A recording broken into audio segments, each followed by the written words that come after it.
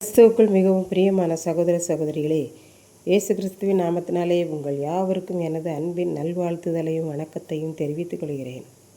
இன்றைய பகலின் குளிர்ச்சியான நாளின் தியான வசனம் யோவான் எழுதின சுவிசேஷம் 2ஆம் அதிகாரம் 10ஆம் வசனம். நீரோ நல்ல ரசத்தை இதுவரைக்கும் வைத்திருந்தீரே என்றான். இயேசு ஞானஸ்நானம் பெற்று 3ஆம் நாளிலே கலிலேயாவில் உள்ள கானா என்னப்பட்ட ஊரிலே ஒரு கல்யாணம் நடந்தது. இயேசுவின் தாயாகிய மரியாள் கல்யாண வீட்டிலே இருந்தாள். இயேசுவும் அவருடைய சீசரும் அந்த கல்யாண வீட்டிற்கு அழைக்கப்பட்டிருந்தார்கள். பந்தி வைக்கிற வேளையில் இறுதியாக சாப்பாடு குறைவுபட்டது. இயேசுவின் தாய் தன் மகனாகிய இயேசுவிடம், பாவம், கல்யாண வீட்டில் திராட்சரசம் இல்லை மகனே என்று கூறினாள். அதற்கு இயேசு, என் வேளை இன்னும் வரவில்லை என்று சொன்னதும் தாயாகிய மரியாள், அவர் உங்களுக்கு என்ன சொல்லுகிறாரோ அதன்படி செய்யுங்கள் என்று வேலைக்காரரிடம் கூறினாள். யூதர்கள் வெளியே சென்று வீட்டிற்குள் போகும்போது தங்களை சுத்திகரிப்பதற்காக ஒவ்வொரு கற்சாடியும் 2 அல்லது 3 குடம் தண்ணீர் கொள்ளத்தக்கதாக 6 கற்சாடிகள் இருந்தது. இயேசு வேலைக்காரரை நோக்கி, சாடிகளில் தண்ணீரை நிறைய நிரப்புங்கள் என்றார். அவர்கள் நிறைய நிரப்பினார்கள். இப்போது மொண்டு பந்தி விசாரியுங்கள் என்றார். திராட்சரசம் எப்படி வந்தது, யாரால் வந்தது என்பது வேலைக்காரருக்கே அன்றி மற்றவர்களுக்கு தெரியாது. திராட்சரசம் குறைவில்லாமல் கல்யாணத்துக்கு வந்திருந்த அத்தனை பேருக்கும் திருப்தியாக பரிமாறப்பட்டது. யூதர்களுடைய கலாச்சாரப்படி திருமண விழா போன்ற எந்த விழாவுக்கும் எல்லாருக்கும் திராட்சரசம் பரிமாறப்படும். அப்படி திராட்சரசம் பரிமாறப்பட்டால்தான் அவர்களது விழாக்கள் நிறைவாக இருக்கும் என்பது அவர்களுடைய கருத்து. இயேசுவின் மூலமாய் தண்ணீராய் இருந்ததை திராட்சரசமாய் மாற்றின அந்த திராட்சரசத்தை கல்யாண வீட்டிற்கு வந்திருந்தவர்கள் ருசி பார்த்தபோது மணவாளனாகிய இயேசுவை அழைத்து எல்லாரும் கூறினார்கள், எந்த மனுஷனும் விழா நடத்தினால் எந்த சாப்பாடு குறைவுபட்டாலும் அதற்குள்ளாக தண்ணீர் போன்ற எதையாவது ஊற்றி பந்தி சாப்பிடுபவர்களுக்கு ருசி குறைந்ததை கொடுப்பான். ஆனால் நீரோ கடைசி வரைக்கும் நல்ல ரசத்தை மக்களுக்கு கொடுத்தீரே என்று கூறினார்கள்.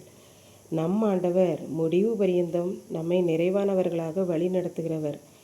ஆகவே நாம் அந்த நிறைவான இயேசுவை பிடித்து கொண்டு வாழ வேண்டும் என்பதாக நாம் கற்றுக்கொள்கிறோம்.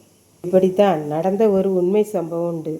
ஒரு குடும்பம் 2 பிள்ளைகள், பையனும் பொண்ணுமாய் நன்றாக வளர்ந்தார்கள். பெற்றோரும் கஷ்டப்பட்டு நன்றாக படிக்க வைத்தார்கள். ஆனால் அந்த தாய்க்கு சிறுவயதிலிருந்தே ஆஸ்துமா வியாதி உண்டு. பிள்ளைகள் வாலிபர்களாக படித்து முடிக்கும் தருவாயிலே ஒரு நாள் ஆஸ்துமா வியாதி அதிகமாகி மூச்சு திணறல் வந்தது. இரவிலே அந்த தாய் மரித்து விட்டாள். குடும்பம் நடுத்தருவுக்கு வந்தது போல் ஆகிவிட்டது. இனி நாங்கள் என்ன செய்வோம் என்று 3 பேரும் திணறிக் கொண்டிருந்தார்கள். ஆனால் அந்த தாய் எப்போதும் பிள்ளைகளை ஏசப்பா பார்த்துக்குவாங்க, ஏசப்பா பார்த்துக்குவாங்க என்று கூறிக்கொண்டு அதை பற்றி ஒரு நாளும் கவலைப்பட்டதே இல்லை. நம் ஆண்டவர் நிறைவானவர் அல்லவா? அவர் என்ன செய்தார் தெரியுமா? இந்த வாலிப மகள் குணாதிசயங்களில் நல்ல பிள்ளை. ஆகவே அதற்கான ஒரு குடும்பத்தை ஆயத்தப்படுத்தி விட்டார். அந்த குடும்பத்தில் உள்ள பெற்றோர், இந்த மகள் நம் வீட்டிற்கு வந்தால் போதும் என்று நினைத்து தன்னுடைய ஒரே மகனுக்கு அந்த மகளை பெண் கேட்டு போய் தன்னுடைய மகனுக்கு திருமணம் செய்து வைத்து கொண்டார்கள்.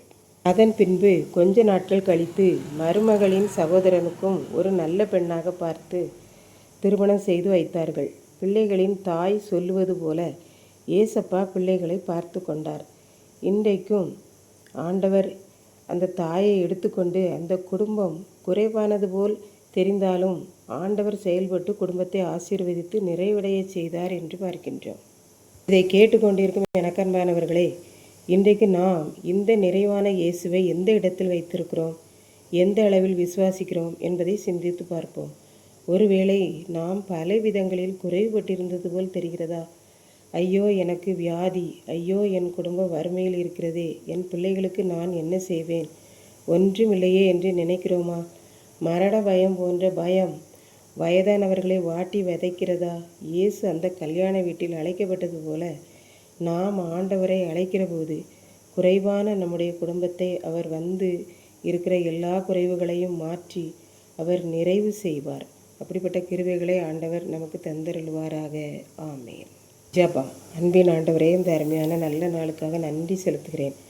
இப்போதும் இதை கேட்டு கொண்டிருக்கிற ஒவ்வொரு பிள்ளைகளும் உம்மை தன்னுடைய குடும்பத்துக்குள்ளாக அழைத்து எல்லா குறைவுகளையும் நிறைவாய் பெற்றுக்கொள்ள உதவி செய்தருளும். இயேசு கிறிஸ்துவின் மூலம் வேண்டிக் கொள்கிறேன் பிதாவே. ஆமேன்.